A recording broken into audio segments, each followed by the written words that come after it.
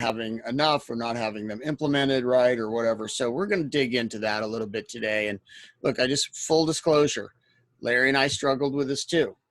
You know, when we started our company, it did not go smooth. But once you get your systems in place, everything gets better. Everything gets easier. So let's take a little journey.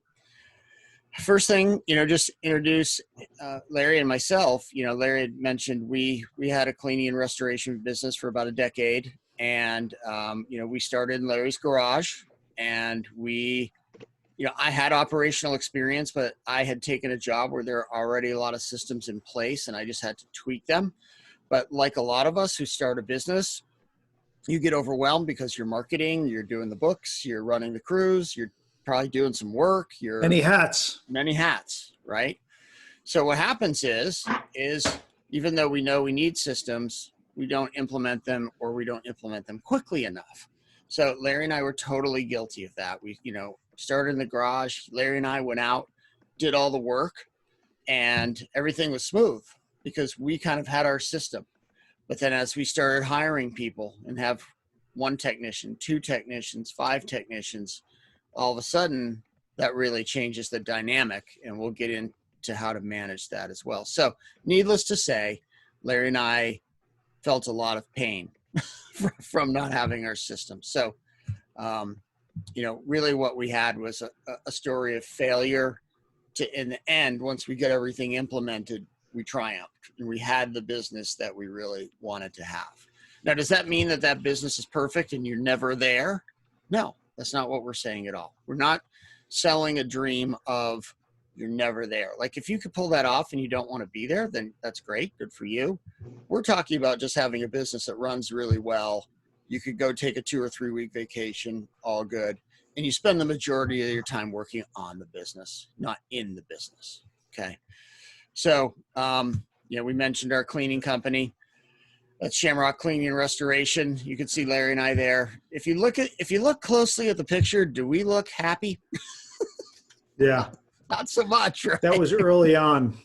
Yeah, halfway through. I think they told us to smile, and that's about all we could muster because we were doing everything we could at that time to grow and to put out fires all day. And in retrospect, those were hard years. But here's the thing, I think like a lot of blue collar service businesses, a cleaning and restoration business, which runs 24 hours a day, 365 days a year, you get feedback from the marketplace really quickly if you're not doing a good job or not, or if your systems aren't good. So it was a really good training ground for us. It was super painful a lot of times, but we learned a lot and we had to learn it fast. So Larry, do you have anything to add to those years, those early years? Just that we've walked the walk and talked the talk. Have any scissors? And somebody needs to get yeah, I can take care of that right now. Muted. Yeah, we're all good. Okay. Just that we walk the walk and we talk the talk, and we know we've been there with you guys. So it's not like we're just this coach coming with people that are saying, "Oh, we're going to teach you how to do this." We haven't done it. So that's what we're trying to say. So, here's probably something that a lot of the people that are on have dealt with either currently or in the past. The picture in the middle is just a guy who's frustrated because we were so pissed. I don't think we ever took a picture of us being angry, but there's a guy who's frustrated, who's running this business. Now there's pictures on each side of that. Those are real pictures from our vans, right? I mean, like, and anybody who knows me, I'm kind of a neat freak. I like everything just so. Oh my God. And even though I'm still getting this result because we just didn't have the systems in place with the daily truck lineups and all those things where, this is the result that we were getting, and, engagement slow. So when you don't have your systems, you have confusion, you have suffering, you have frustration, you have a disengaged staff, and you spend the majority of your time putting out fires. But what's the opportunity cost of that? When you're putting out fires all day, that comes at the cost of you growing. You're not going to grow because you don't have the bandwidth or the energy to build your business and to take it to the next level. right? And we were failing our employees by not giving them systems, and this was what was happening. Yeah, So that was exactly. on us. And Yeah. we What were kind still of getting 5-star reviews. We were just making the front end look really good, but the back end was just what you're looking at there. Yeah, so you see these pictures. I mean, this was from a company that was just filling Yelp up with 5-star reviews. But at the same time, that came at a huge cost to Larry and I running around trying to make sure that those 5-star reviews happened, opposed to having a system so they would happen with other people too, you know? Exactly. So Larry and I started to, seek out help because we didn't want to live like that. We went to Howard Partridge, we went to Joe Polish, we went to Ziegler through Howard's, and we kept saying, why is it still not looking like we want it to look? Like we're getting all this coaching, and what we realized was we were always implementing the things that we like to do. So we'd go get coaching and they'd tell us you need systems and you need this and that. And we'd go back and say, we need to double down on our marketing because we Marketing was enjoyed way it. more And fun. we felt that it was more fun and we were good at it. And, well, what happens when you start double down on your marketing? You get way busier. And all that did for us was make the breakdown or lack of systems even more apparent and more problematic, right? So Larry used to say this to me all the time. That's why I put this little quote in. We'd be out on a job at 2 a.m. working. We'd worked all day. We were working at night. We're just so slammed. And Larry would turn to me and say, dude, we're so busy. Are we making any money? Because the reality is, and I think we were not alone in this. Yep. When you're that busy, yes, you have lots of money coming in the front door, but you're losing so much of that profit out the back warehouse door because there's so many mistakes and so many callbacks and so many pieces of broken equipment and so many, just things go wrong that, you can keep driving that revenue up and up and up, which we were, but, there was an inverse relationship to our profit. The bigger we kept getting, the lower our profit margin was getting. And it was because we didn't have a handle on how to run our business in a systematic way. There was no systems, or there was some, but they were rudimentary. And we were just running. We're always running. And, I remember one night when Larry said that to me, I just really hit me. It's like, I got to stop this right now. Like we were losing our minds, and we had this job that we did, and it was at a facility, and all these people were Down syndrome, and there must have been like 50 of these people letting out of this place. And we were so burnt out. We are going to be at this other facility, cleaning their floors all night long. There were the worst floors. It was one of the worst jobs we had. And all these people came out and engulfed Eric, and they were hugging him and kissing him. And it was like, that was probably one of the tipping points, because it was so wonderful all at the same time. Because, those people are amazing, the energy they give, the positive energy. And we were so sad because our business was killing us and we had this horrible job to do within the next 15, 20 minutes. Yeah. So that was a tipping point, because we finally, this is horrible. We've just got to fix it. How many nights do you want to be out at 2 a.m. when you've worked all day long, So anyway, that was a tipping point that night. And I remember Larry said to me that night, we're so busy. Are we making any money? And then I just made up my mind. I was like, all right, we got to change. Like, that's the watershed moment. Like, this isn't working. This isn't what we want from our business. This isn't what we signed up for when we started it. So what do we have to do, right? So the first thing we had to realize was that most of your people want rules and guidelines and regulations and feedback. Like Larry and I think this is often typical for managers and owners, we're independent people. That's how you get a business off the ground, right? But the thing is, so we can roll often with no rules. We started a business because we didn't want so many rules, right? We want to just do what we want to do. But the reality is that our team generally aren't wired the same way. So therefore, they want structure and they want us to provide that structure.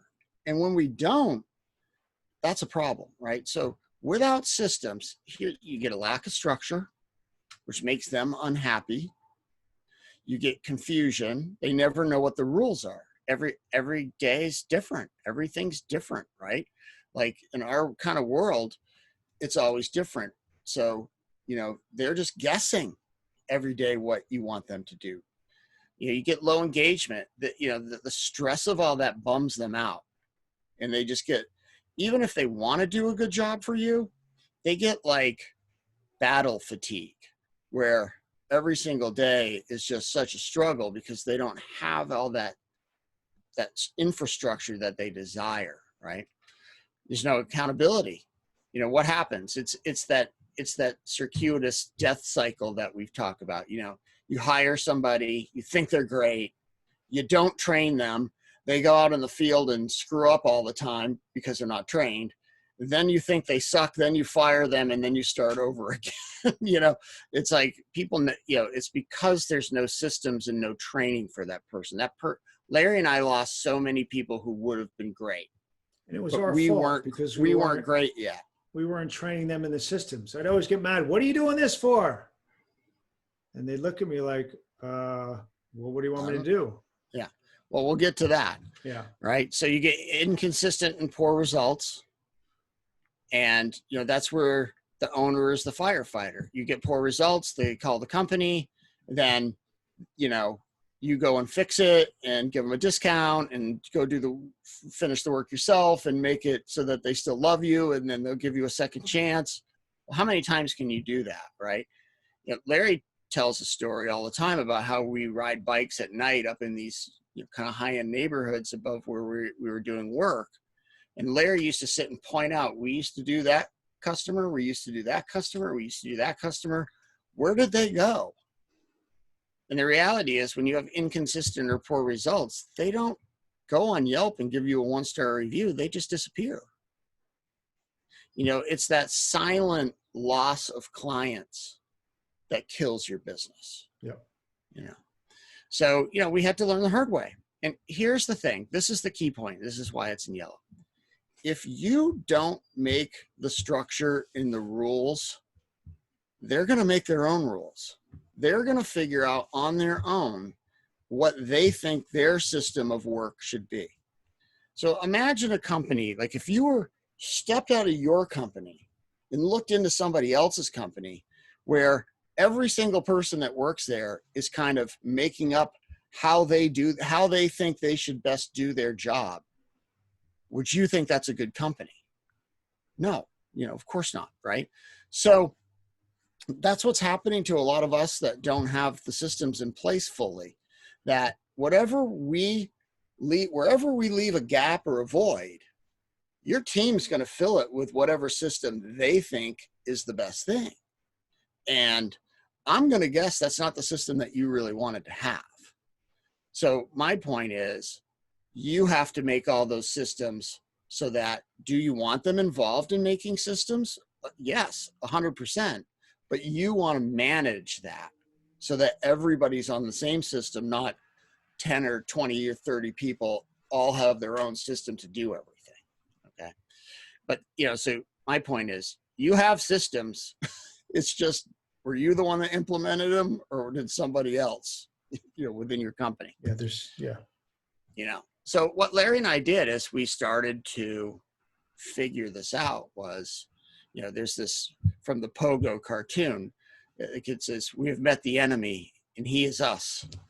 Larry and I realized that it was all on us, that nothing was going to change until we changed. That's what we're trying to impress on everybody here, because we're going to show you systems, but you've got to implement them. There's not a magic bullet here. Well, you have to take ownership of the fact that every single problem, every single thing that's wrong with your company, if you're the owner or the general manager, it's your fault. Like when that guy does the boneheaded move out in the field, you've got to get to the point where you say, instead of, what a bonehead, I can't believe he or she did that, to, what did I do wrong that led to that person doing that? Right? When you take this extreme ownership, and we've had multiple very successful blue collar owners on our podcast, guys like Tommy Mello, home service millionaire, Sean Van Dyke, Yeah, they're Howard saying the same. Partridge. Howard Partridge, they're saying the same things. Like it didn't get better till I just decided that every problem is mine. And every single thing that's wrong starts with me and ends with me. So our thing is, for your systems, you can't continue to just say, I'm going to do them next week or, whatever. Right. So here's step one. Step one is you've got to commit to a time every day, every week, or whatever, to work on the problems, to work on the systems. And somebody asked Larry, where do you begin? Right. Somebody asked that question in an email. Yep, So it came in from Beverly. Okay, so Beverly, here's what I would tell you or anybody else. This is what worked for me. I know Al Levy has a similar mindset. The first thing you have to do before you even begin doing it is you have to schedule a time, yourself or whoever's in charge of it, to do it every single week. Now, for me, Larry and I worked a lot, right? So I used to do a thing where, and that picture's actually from me at night, 7 o'clock, somebody came in and it's like, what are you doing here?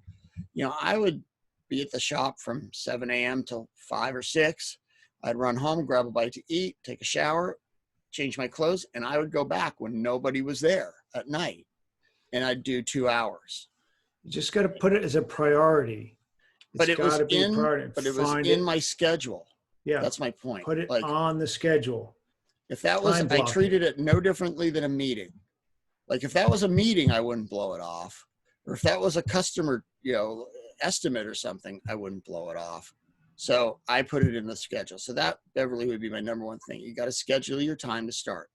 The next thing is, what I used to do is I would write down through managers' meetings, meeting with Larry, office staff, the technicians, and I would identify what the 5 biggest pain points are. And then I would write those 5 things down. So,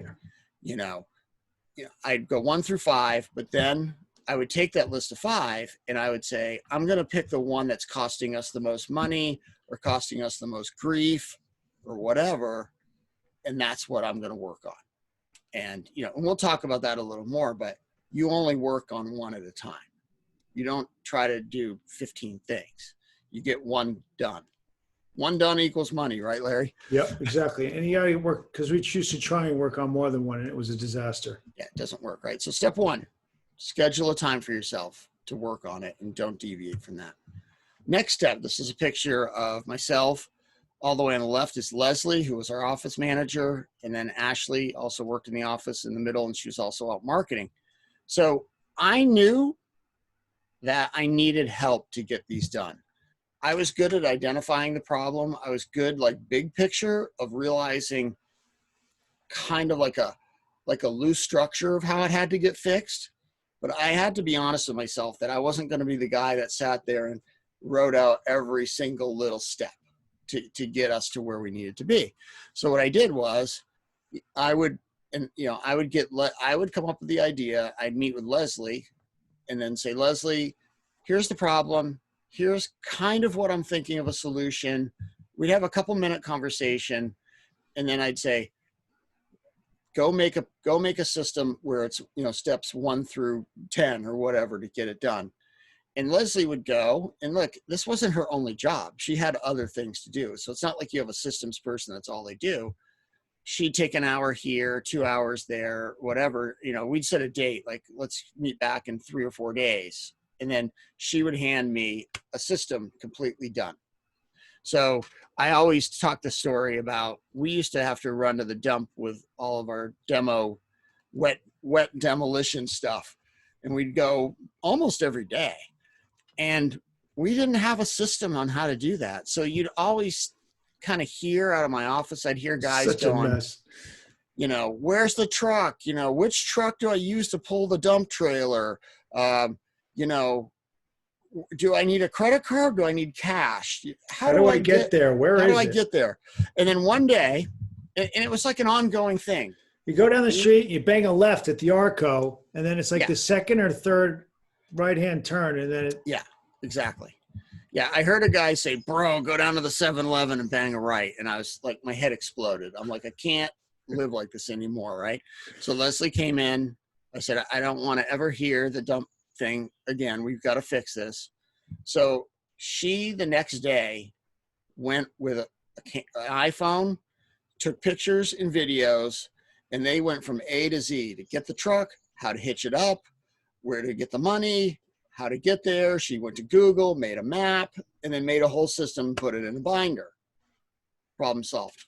Never happened again. We could take the newest. Now we'd have little hiccups at the beginning, and we'd have to maybe tweak it a little.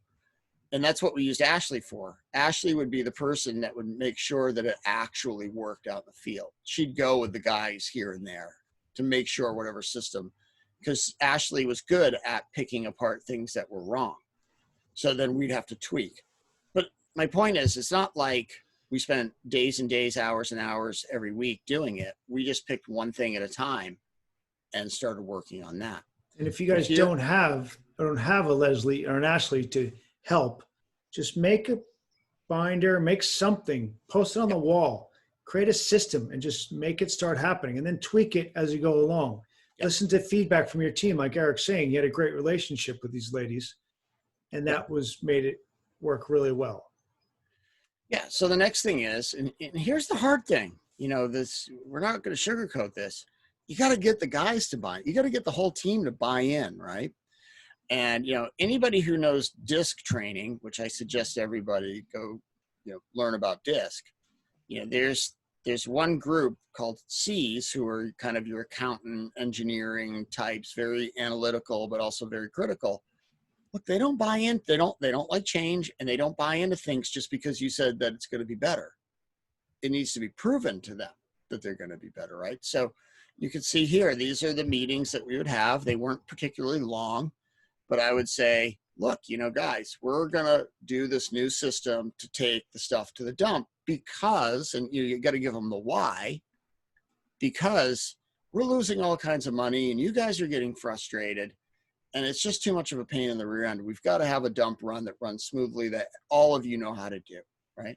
So you got to spend a little bit of time with everybody, getting them to have some buy-in, right?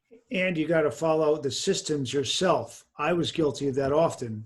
I wouldn't follow the system. I'd kind of skirt the corners of it, and I wouldn't think it would be applicable to me as the owner, but it was important for everybody to follow our lead. So we had to follow the systems as well. And these are, we're going to give you more examples. I got a message here on the chat. But we're trying to use examples in the real world that work for us. So I would take the truck and I dump it into the street when I wasn't supposed to after carpet cleaning that happened late at night. All right. I'll give you a better example. So we had a rule because a lot of us we'd work in the middle of the night where, and the rule was that you couldn't dump dirty equipment and trash at the back door, just inside the back door of the warehouse, even if it was the middle of the night, because it caused major problems and drama for everybody the next morning if they needed to pull a truck out and they were, getting out quickly. So, everybody agreed to do that. But when Larry would go out, he would dump equipment and trash at the door still. So the guys would come to me and say, why am I having to do, an extra 30 minutes of work at 3 a.m. when I know that Larry's not doing it? Right. So what does that do? That loses all credibility for ownership, Blows owning morale. into, and Larry and I had to have a real heart to heart that, you have to follow the same rules as everybody else. And look, that's not easy for everybody. Wasn't easy for me.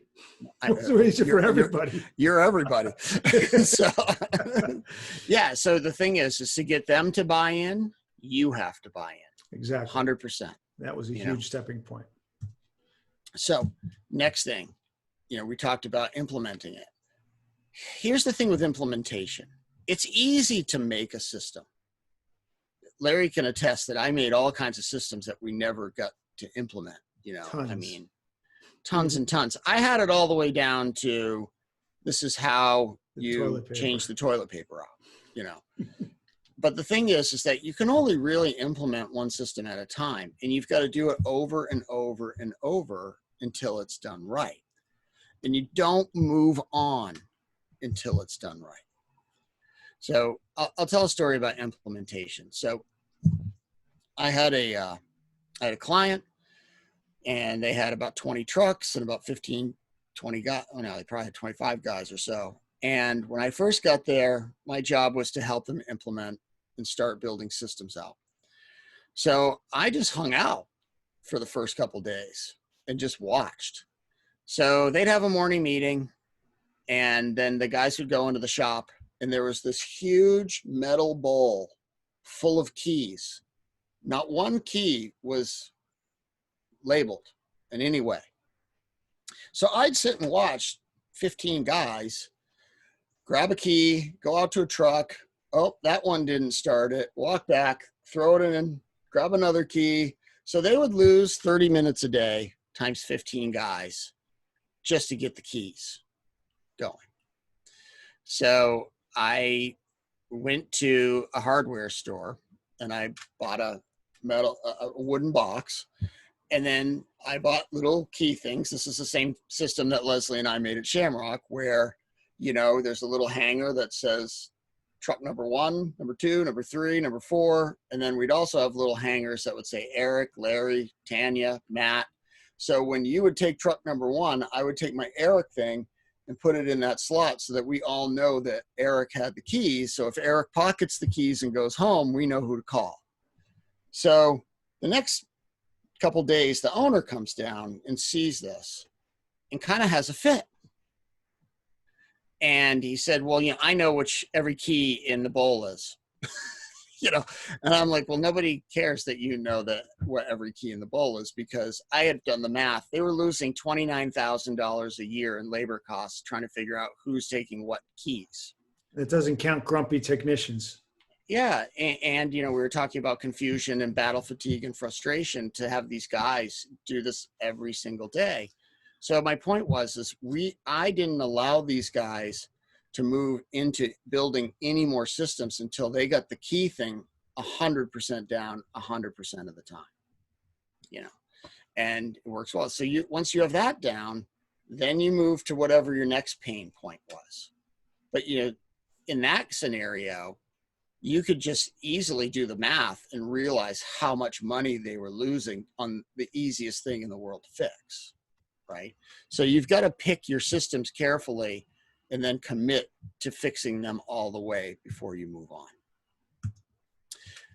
And then you got to practice. Make sure that every single person knows how to do it.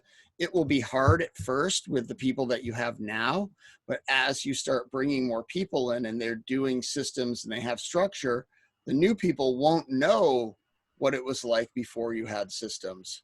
So they'll just think it's like this, and it would just get smoother and smoother and easier and easier.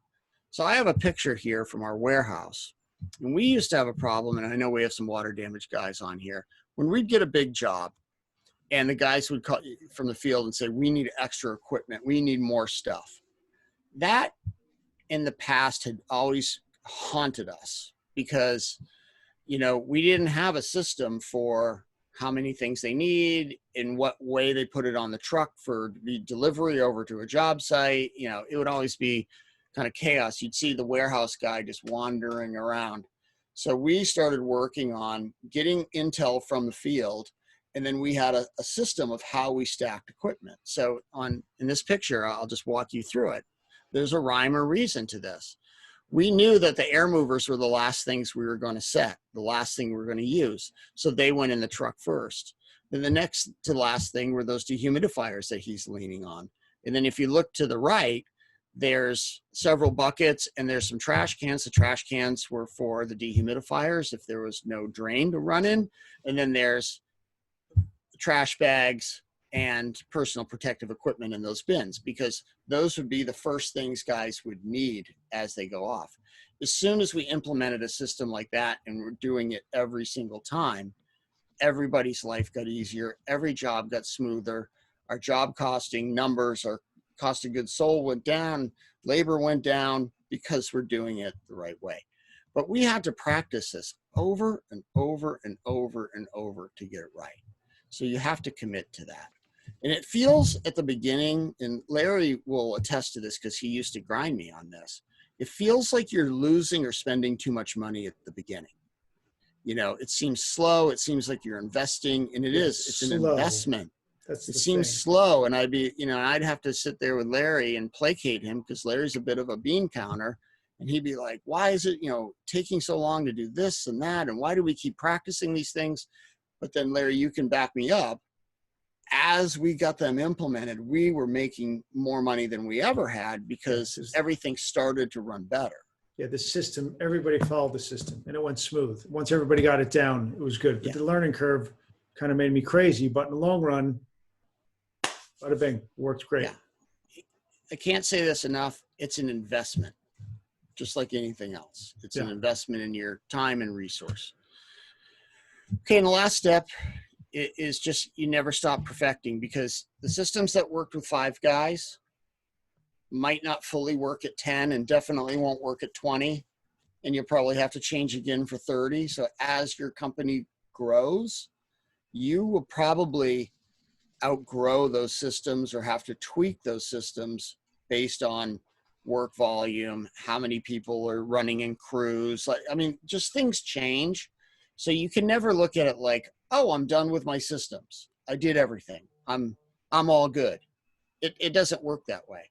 You have to keep having those lessons, And for us, I'm just going to use this picture as an example. You can see this. We used to do Mission Statement Monday, where every Monday we'd talk about the mission statement.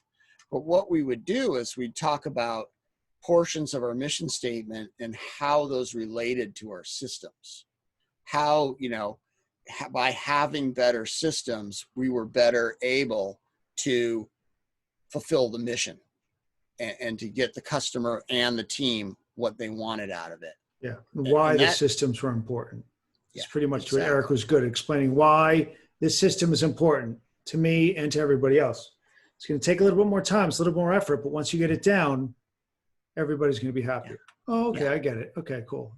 Yeah. Because look, a lot of it's not just a you thing. It's a team thing, and everybody has to know the why. Everybody has to, because that's what's going to get them to buy in. All right. So I'm going to give some homework to everybody. So action item number 1, first thing in your homework, schedule yourself to build systems and never deviate from it. Right. You've got to do that. So Larry, do you have a sheet for this? Do you have an action item sheet that you're going to send to everybody? Is that possible? I do not, but thank you for bringing up that I don't have one, but I should get one next time though. Appreciate it. Right now we're tweaking the system. We're tweaking the system. There you go. Right. We'll send you something so that you can walk through these steps. The first thing this is part of the notes as well. This is on all the notes. And if anybody did not get the notes, please send me a message and I will get you the notes. That's no problem at all. It's on the outline. So there you go. So it is there actually. Thank you. Thank you. Okay. So yeah, make sure you schedule your time in. Look, I would say start with 2 hours a week. If you could do 2 hours a week, that's 2 more than you were doing before if you're not doing this, right? So start with that and work forward. Action item number 2, you got to ask yourself, especially if your organization's a little bigger, are you the best one to be doing this? In our case, I was pretty well suited to do this work, but if Larry had run Shamrock, owned it on his own, I think he would have had to get somebody else to do it instead, right? Larry, you want to speak to that? What would you have done if there was no me? No, well, it was the investment in the time and to get somebody to do it was so worth it. Yeah. And it's just like the coaching that we paid into to get the system. You save money by having systems. You save money. And another caveat: I bet you there's people on your team that are detail oriented that would love to do this for you. Like Leslie really enjoyed it because Eric found her, and she happened to be in the office with him. But I bet you have technicians out there that would love to do this as well. Yeah. Yeah. So if that's one of the easiest tricks too. That's like a little pro tip or whatever. have your detail-oriented people in each job description write down every single thing they do and how they do it. So right there, like you could just say, like, let's say Larry's, my number one carpet technician. All right, Larry, write down how you prep your truck, how you get your day ready, what you do when you arrive on the job, what you do when you're on the job, how you break your truck down. Just write it all down. Take one day. It's going to take longer. Write it all down and hand it in to me. Okay. And then all of a sudden right there, you're probably 80% of your way to having a system for that person for the whole day. And then you just tweak it. And you do that for your office manager. You do that for your admin assistant. You do that for your customer service rep on the phone. Like, let them tell you, and then you can kind of tweak and like, I don't like this, and let's tweak that a little bit, because you might actually learn they're doing things that you wouldn't do and don't want done because they've been making systems on their own. Okay. Action item number 3. And here, this one's hard. You have to prove to the team that you're serious about building the systems and ask for their input. You kind of have to, if you don't have a lot of systems and your company runs not as well as you would like it to, it's not like they don't already know. They know, right? So what I would do is I'd have a meeting and own it and just say, look, I know it doesn't run as smoothly as we'd like. I really want to build systems. I'm very serious about doing that. Here's the time that I'm devoting every week or day or whatever. And then I'm going to need your help, not only in helping me build them, but I need your help in implementing them and giving me feedback. But then you got to follow that with action. You can't just say that. They'll be like, oh, here we go again. Because Larry and I, that's what we did in the early days. We'd go back to a Howard Partridge event and come back and be like, we're implementing 50 things starting right now. And they'd all go, oh boy, like, here we go. Just do one thing at a time. But you've got to get their buy-in. But also on this slide, another piece of information I'd like to suggest: when a day goes really well, stop and take note what went well. What systems happen to be working at the same time? Because you might have some good systems that are happening and you don't even realize it. And maybe you just need to keep them going. So seeing what is happening really well is valuable too. It's just like having a good client. You don't realize, oh, this is a great client. They're calling you all the time. I want more clients like that. Exactly. Exactly. Action item number 4, create a daily rhythm.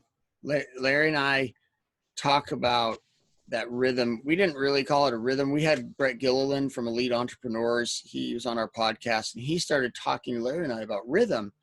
And Larry and I realized we didn't call it rhythm. We just were starting to add structure to the day. But Brett talks about that, your team likes to have that rhythm so they know every day is kind of the same, even though out in the field it's different, but like getting them ready. So they come in basically the same time. You have a certain time for a meeting. Then the guys do line up on their trucks. Like there's this flow. You've got to create that flow, and also the same flow to implement those systems, right? And they know what's coming up. They know what's coming next. If it's a lineup on their trucks. And with the systems, when they start buying in, a lot of it's because they like that flow. It makes their life easier. Okay.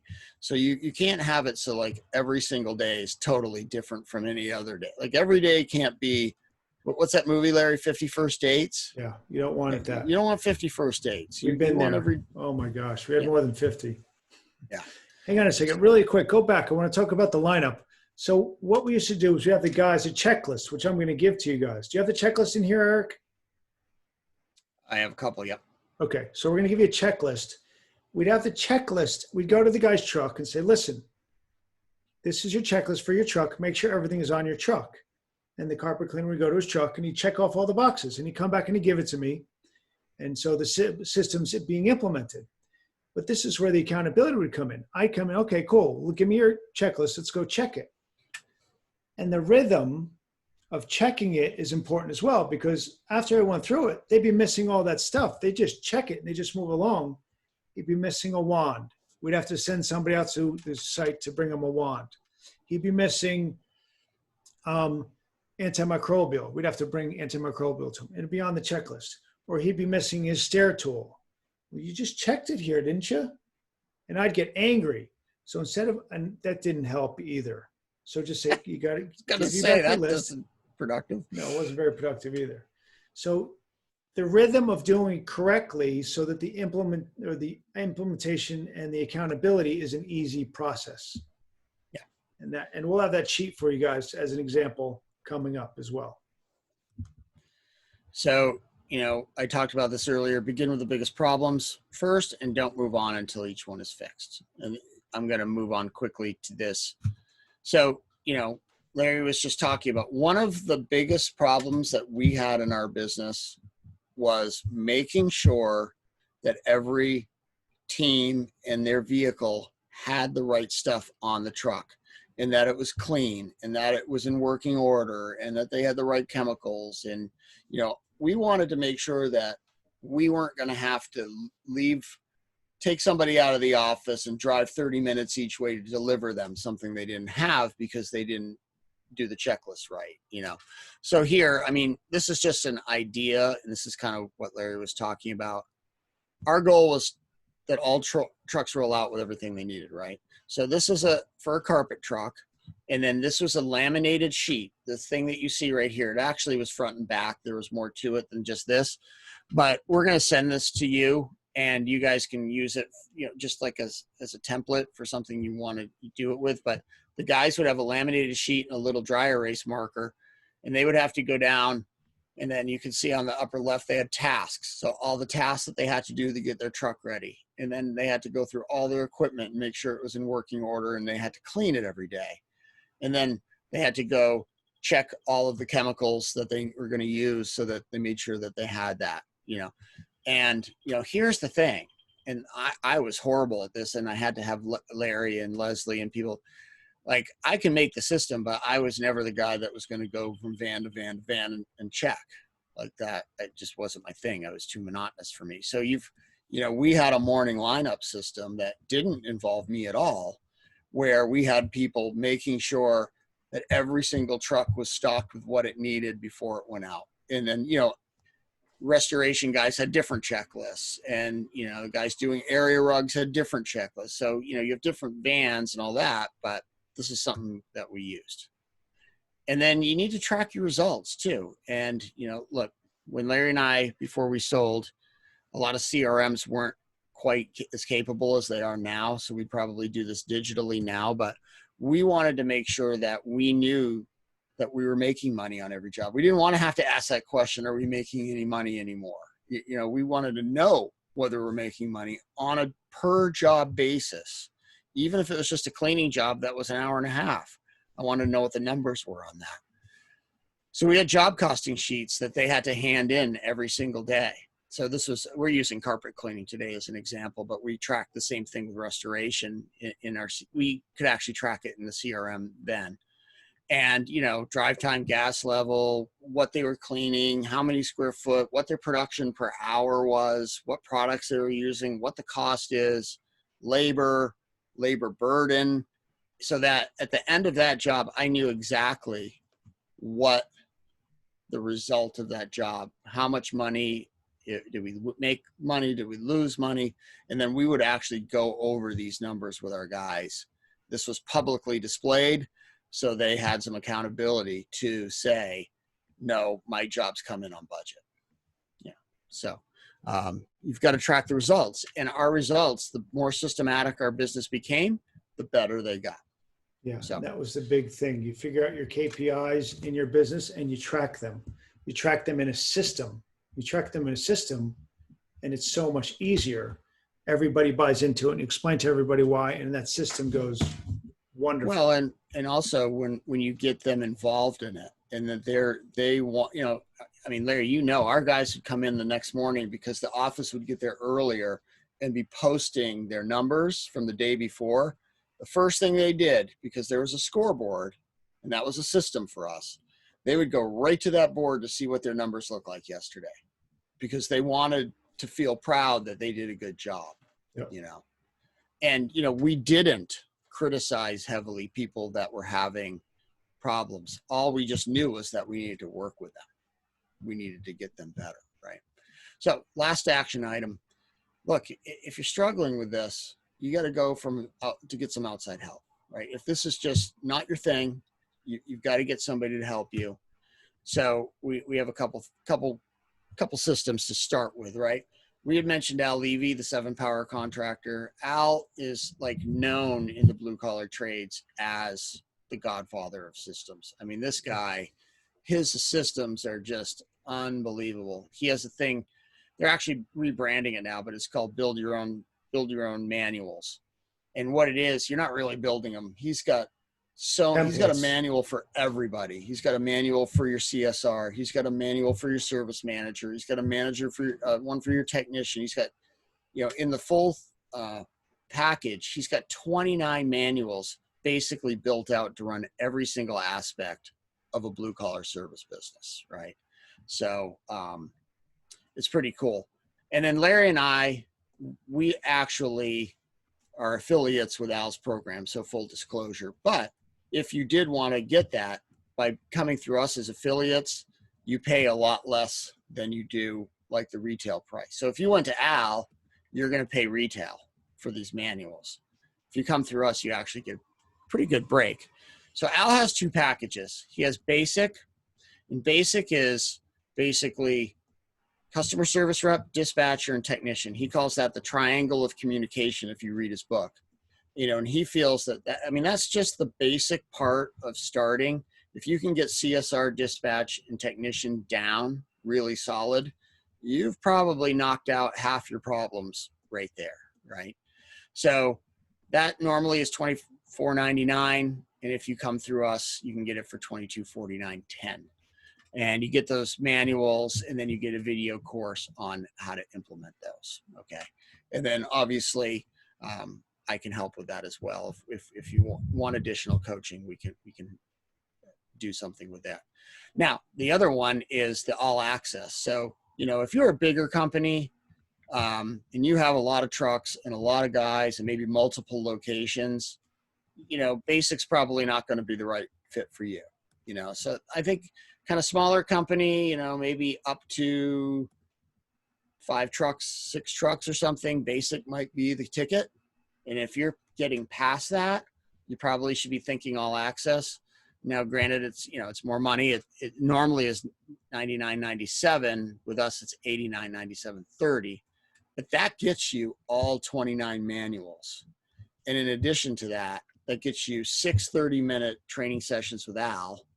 And then you get 6 months of email support as well. So, I mean, the value in the all access, if you are that bigger company or a company that you just want it all now, it's like unbelievable. Because, Larry, how many years did it take me to build out our systems? It's years. It takes a long time. Took me years. You had to tweak them all the time and get feedback. Yeah. And this was like, if we had this, I would have bought this in like 1 second, because the money that the $89.97 or whatever, I would have made that back so fast. And I wouldn't have had to be doing 2 hours a night, 5 nights a week, extra trying to build systems and all that. So I'm a big proponent now. Look, if you want to build them out yourself, cool. Like, we don't have a problem with that. But if you want to get some help, we think Al stuff's pretty good. And then for starters, Al has a sample org chart. Look, everything begins with the organizational chart. You've got to put the people where they need to be put, and then have a job description for them so they know what they're supposed to do. It's great to build systems to fix problems, but at some point you're going to need an org chart to know where everybody goes so that they don't, wander out of their box. You want them in their lane doing what they're supposed to do. Now, that sample chart, if you're a smaller company, you as the owner might be in a half a dozen of those boxes, right? And that's fine. Your job is to work your way out of those boxes until you're just doing the big stuff, So, Larry, you're going to send that to them too. Yeah, that's going to be coming in an email as well. The production sheet, the truck lineup, and this is also this org chart. Org chart is very important. Did you tell them about me jumping out of my box? I'm sorry, I was answering a question here. I can. I was going to spare you the humiliation. Well, All right. Well, I will tell it. You know, real quick, because it's we're coming applicable. up on time, but I think it's a Yeah. pertinent question for these people. One of the biggest problems we had prior, even after we became systematized, is that Larry did not like to stay in his job. He wanted to run around, and you know, I used to look at these like yards, like everybody has their own yard, and Larry would come in and poop in their yard and then bail, and you know, he caused a lot of havoc because he didn't want to stay in his job. He wanted to be a little bit in everybody's job. Yeah, like I wasn't, yeah, because I wasn't trusting everybody. They were doing the best they could have been doing. And if the more I got out of their box and let them do what they were supposed to do, they did much better. Well, and And the irony, Larry, and I think now in retrospect, you know this, they were better at that job than you were because they did it every day. yeah, absolutely. And I think many of the owners out there, many of the people that I've talked to over the years, many of them, they don't trust their guys, but you have to trust them. You're going to be doing the same exact thing year in, year out. If you don't let them fail every once in a while, coach them back up, and then get them going. Yeah, and you got to trust the system. And if you don't have trust in your guys, then it probably just means your system's not good enough. Yeah. Yeah. And then the next system would be, you know, getting the day started off right. And that's morningtechmeeting.com. That's what we do. You can go to morningtechmeeting.com and take a look at the video. We have sample videos in there. We have customers from all over the world. We just got a really cool photo from a client in Africa where they had a big screen TV and all the people were sitting. It was kind of like an outside shop, and they were doing their morning meeting where, you know, they guys were learning soft skills. You know, part of the systems that we're talking about require your team to have good interpersonal skills to pull the systems off, to be able to do upsells, to know where to park the van, to know how to greet a client, to know how to, you know, just get ready for the day, to know how to, you know, work if there's a problem client and how to get past that. I mean, we have a video, they're about 5 minutes a day. Larry, you want to talk a little bit about 2.0? Because we've got a new product coming out, which is, we think, going to be a game changer. The system of morning tech meeting is what worked so well for us. And we had the meeting in our shop, and just the way you do it, you know, you show the video of Eric in the morning and it worked great.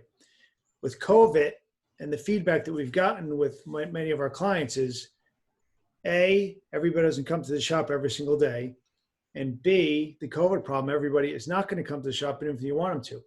And C, many people just, I can't do this morning meeting. It's too much of a stretch. So what we did was we set something up so that the technicians get text messages in the morning. We set up those so they got emailed. The techs weren't looking at the emails with the lessons. But when you text a lesson to them, bam, they're watching it. Yeah. And all of a sudden we're getting this great feedback from people. Oh, this is a great idea. This is working so well. And all of a sudden the whole team, I mean, whether you have 4 or 5 people or, you know, 10 or 12 technicians, everybody's going to be on the same page with the same lesson every single day. And they talk about the lesson. The lesson is kind of like it pervades into everybody's, the way they talk, the culture. And it's a constant every single day that the lesson is discussed.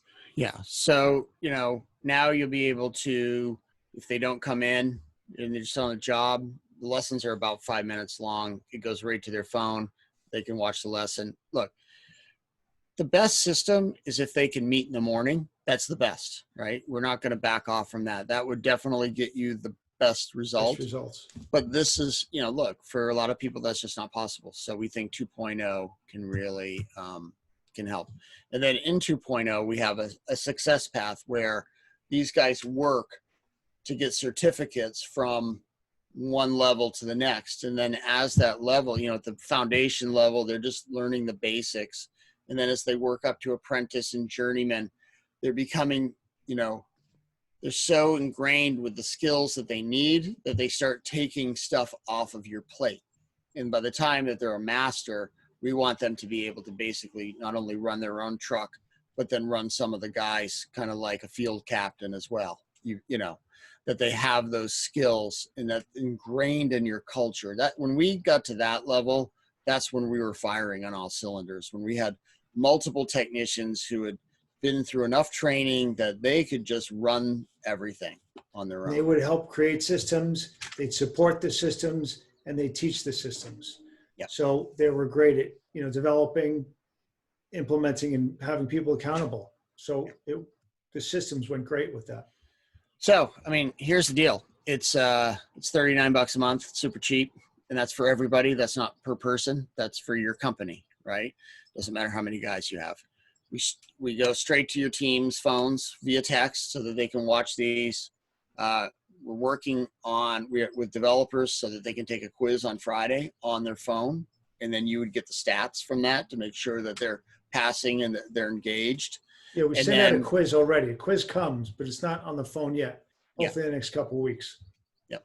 And then we'll send them certificates of completion to gamify this so that they feel like they're making progress. They get that certificate that can hang up, and then the ultimate is as they get to master, then they'll be Blue Collar Nation certified for soft skills training.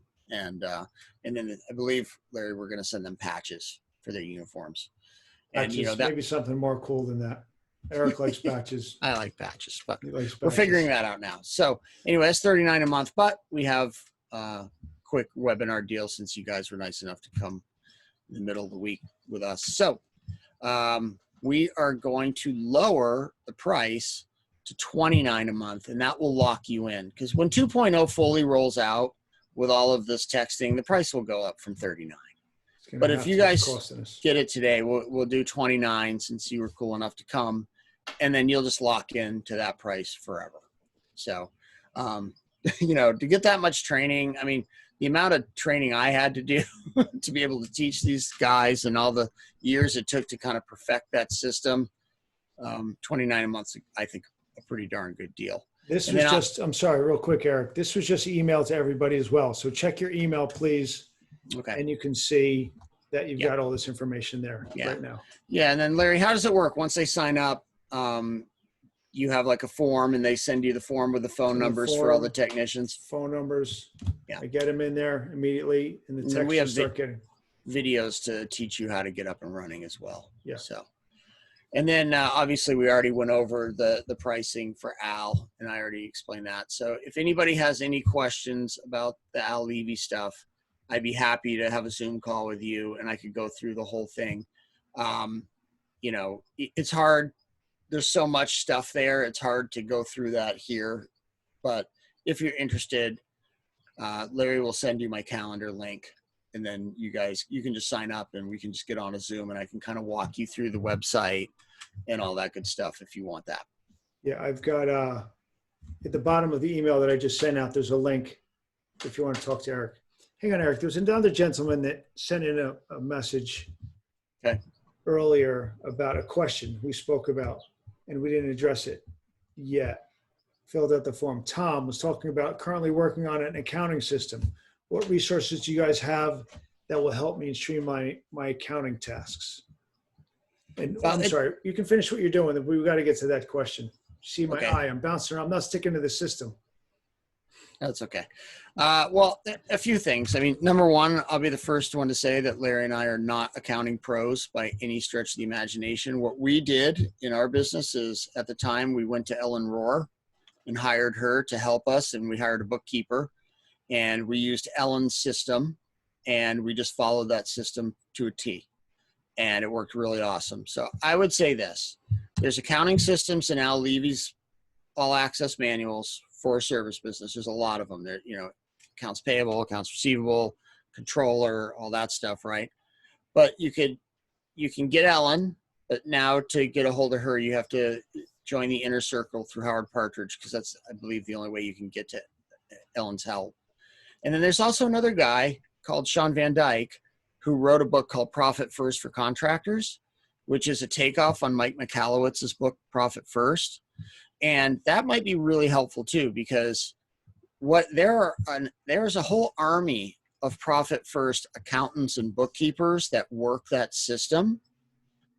So I think my suggestion, depending on what kind of business you have, but maybe Sean Van Dyke, go to him, Profit First for Contractors, and then he could hook you up with the proper type of bookkeeping and all that stuff. That would be my suggestion.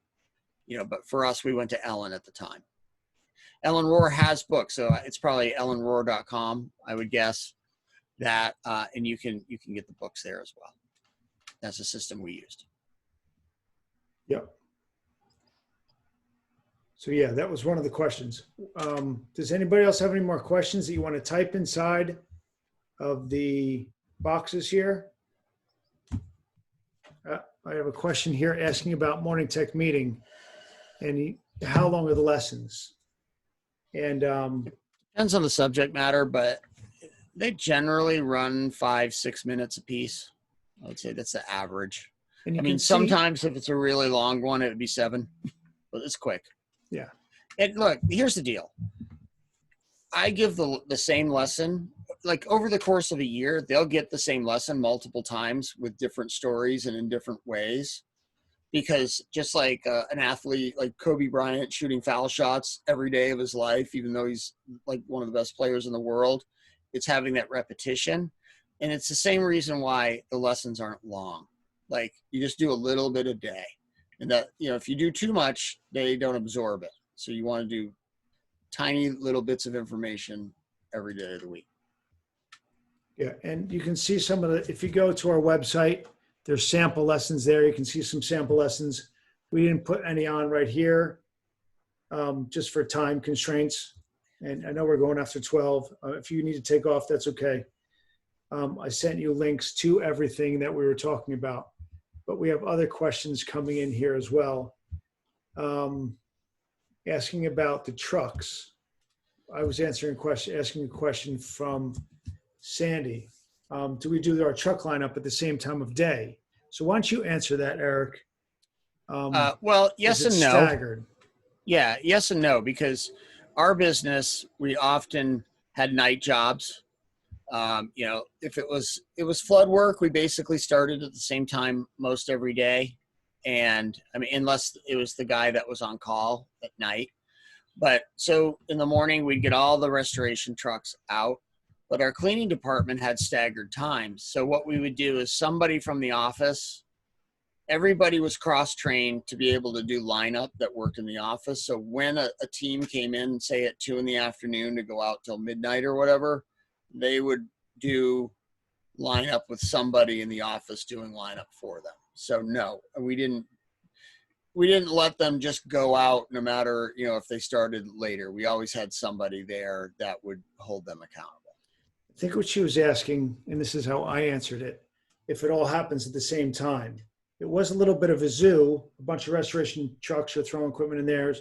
On the other side, you had a couple carpet trucks getting their stuff ready. But everybody would get all their stuff done at the same time. We had a lot of guys who would come in early and get their trucks done because they didn't want to deal with anybody else. Yeah, And but then I'm sorry, Larry, to interrupt, but it also built a sense of teamwork because a lot of the guys would help each other get everybody's truck prepped, and then we'd go through. So the guys would be high-fiving and helping load each other's trucks. And I mean, there was a lot of camaraderie that was. yeah, and what we do is we have music going at the same time, and We made it fun. Yeah, made it fun.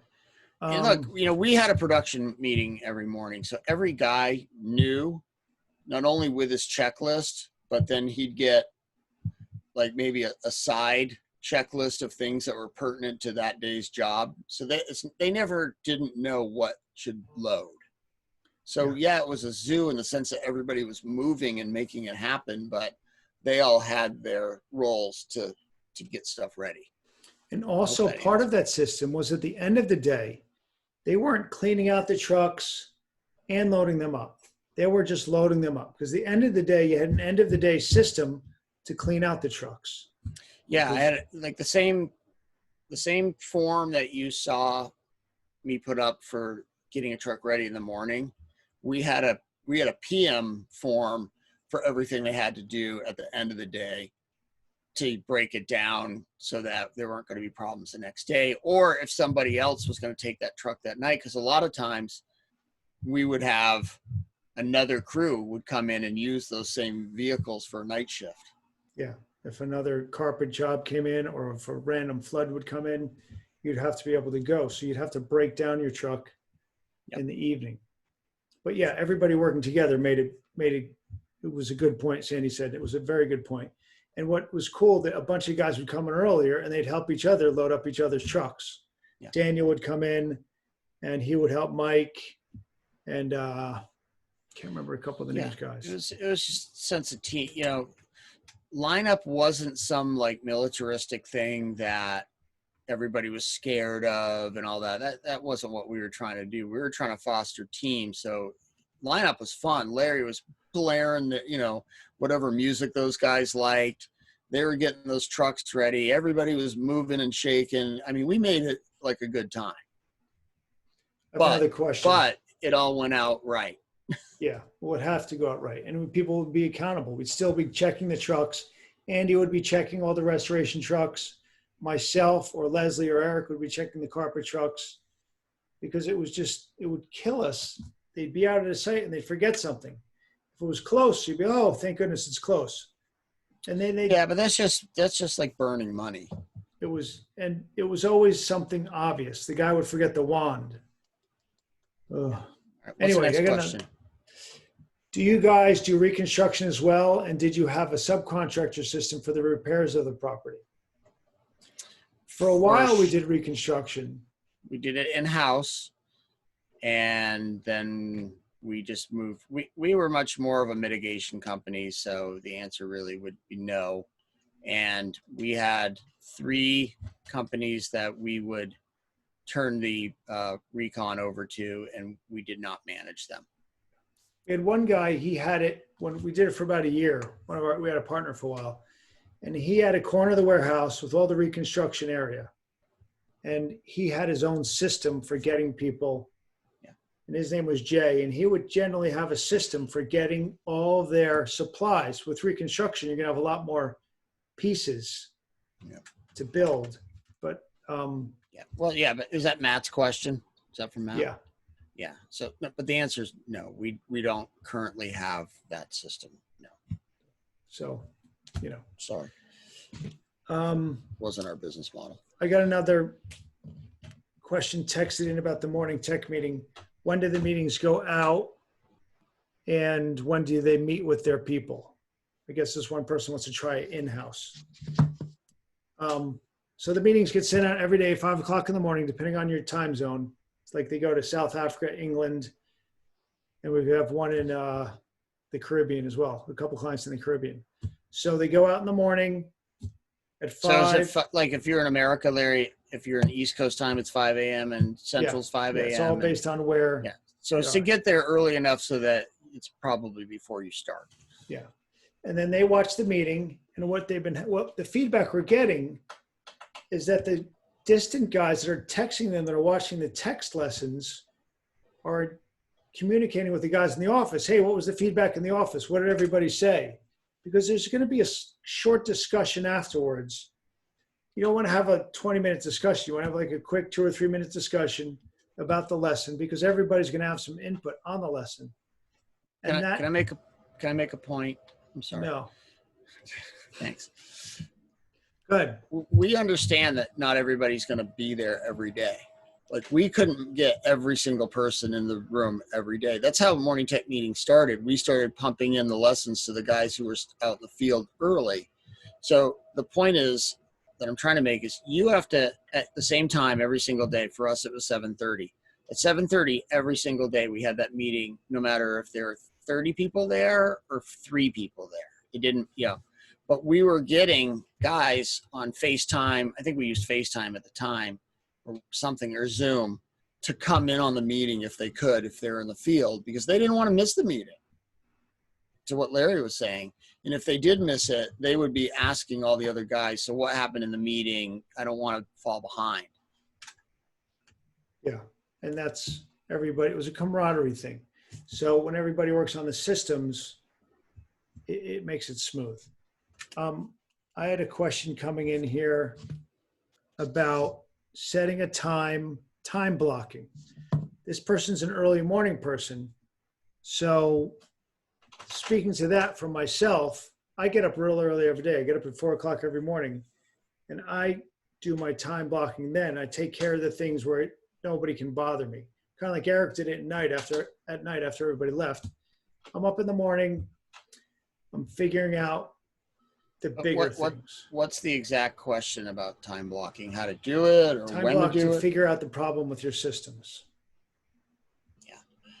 I did this. I did 4 days a week, Monday, Tuesday, Thursday, Friday, for 2 hours after everybody left. I didn't have an exact time because everybody left at a little bit of a staggered time. Usually for me, it was like 7 to 9 p.m., 4 nights a week.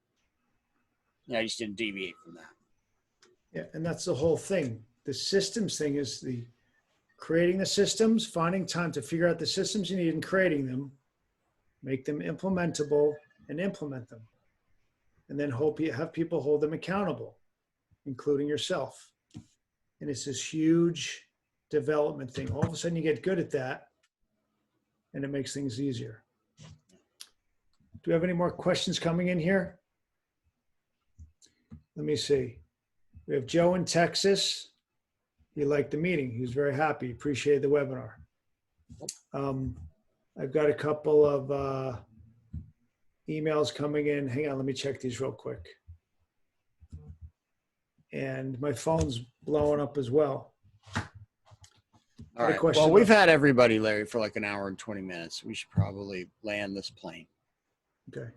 Yeah, there's nothing pertinent coming in right now from this. Well, thanks everybody for coming in. Much So appreciated. everybody, go check out our podcast too. Look, and if one last thing, if anybody just needs to talk about any of this, just go to the Zoom meeting on my calendar and just sign up and we can meet. I can answer questions more directly if that's what you'd like. Great. Cool. All right, everybody. I'm glad you guys liked the podcast as well. I just got a message. And any other questions at all, let us know. We're going to take off. And we're glad everybody was here. It's a pleasure. We look forward to doing business with you guys. Actually, we just had a couple of people sign up. Hang on one second. We have Sally in Alabama. Huh. She just came on at the last second. Great. And we have Joe that signed up in Texas, which is great. And we want to thank Heather is in Texas also. And we have Mike in Minnesota. This is great. So we're going to be looking forward to doing business with you guys. And I can't see if anybody's using Al's stuff, but anyway, thank you guys very much. We appreciate it. And you guys have a great day. We'll see you. I'm going to set up the meeting. If you have any questions, let us know. Take care.